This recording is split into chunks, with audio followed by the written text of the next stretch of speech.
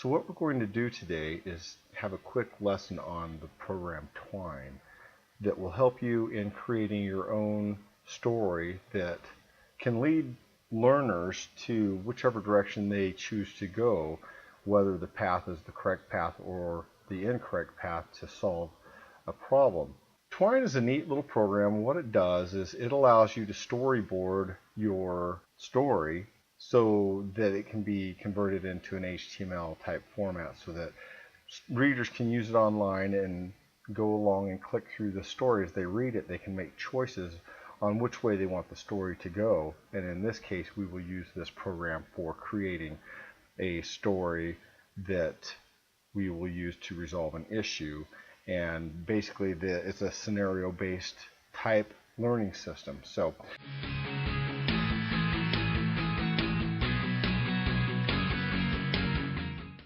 here we go. What we're going to do first with Twine is we open up and we're looking at the interface right now. And in this interface, we have, it looks like a basic desktop where you have your tools and your menu across the top. And you have these little boxes called passages. And in these passages, you create to start the direction of your story. So you can click as many new ones as you want. And we're just going to use a few just to do a quick basic overview of the story that we're creating. So I'm just going to lay these out here, and we may or may not use all of them, but we'll start with a few. And we have our introduction box, our start box, and then here we'll type the introduction to our story, and there'll just be some basic text that I'm putting in here that you can use as an idea to get started with your story. And you can change the title and do the different things that you need to do within this. So once you have that in there, you can type the name of the box and then go ahead and close it. We'll just type this in here, and one of the things that we'll do also is show you how to create hyperlinks. And basically this is the way that you would create a hyperlink within Twine. So you'll type a click here, and then you use the brackets rather than parentheses or greater than, equal, or greater than and less than signs like you use in HTML. So anyhow, we type in the brackets, you type the name of the next box or passage that you're going to go to, and then you close the brackets.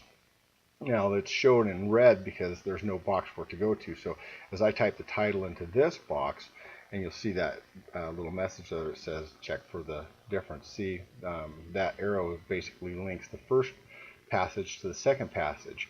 And so we'll type the text into this chapter, and we'll go on as we type click the next box. So, and I believe we're just going to go to a scenario, and this is going to be a choice area here. So we can type information in this box that says you can go this way or you can go the other way. And so this one's just going to be called one way you can go. And obviously, again, we have the red text because we don't have a link, we don't have a box created. And then click here to go another way. So we type that in there, and we can move on to the next part of this. So I'll enter my brackets, and notice again, like I said, these boxes will be red until there's actually somewhere for them to go to. So and this is one of the choices that you can choose in this scenario. So this way will lead you to one action, and the other way will lead you to another action. I just want to move that box out of the way so that you can take a look at see what's going on here.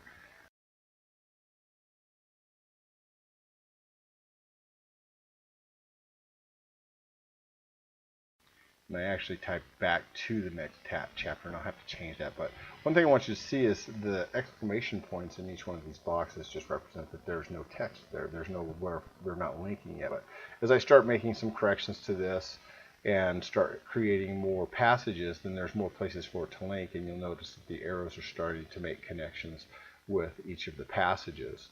It is very important that you type correctly, and that when you do that, then the connections are made between the passages.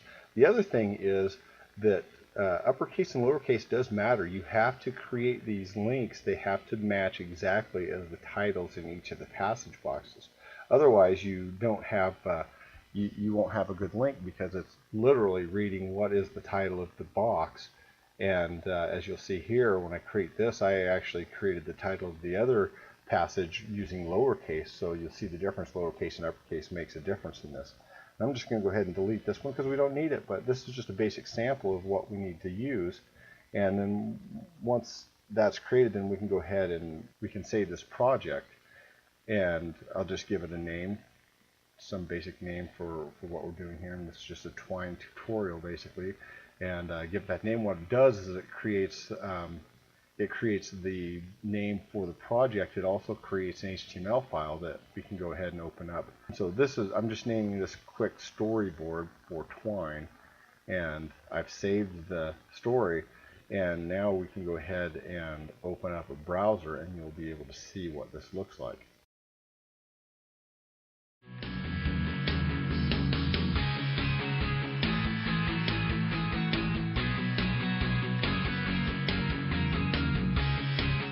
So now with the browser open, you're looking at the Twine story, and as I click through here, you see how these hyperlinks are working for each one of them. It takes us all the way through, and there's not really any real storyline to it.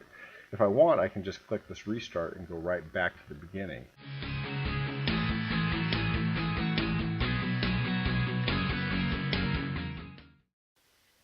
On this next video, you're going to see that I'm going to rebuild the story because I don't have the links that I want. I don't have the navigation within the story to take me back to the beginning without having to click back through everything. Take a look at here. We'll go in, see that we have next chapter, and we have next chapter here, but it doesn't take us back to the beginning where we want to go. So we have the option to choose a different story, but now I want to add a link that says, take me back to the beginning of the chapter. And so what I'm doing is typing this text in here. Now it says next chapter, and that's kind of just a problem with how I named it, and so I probably need to actually name it chapter instead of next chapter. But anyhow, this link, what it does is it allows me to go in and from any point take me back to the beginning of the chapter without having to click all the way back through, and that is important. So what I'm going to do is just retype this, and I want to take it back to story part 1.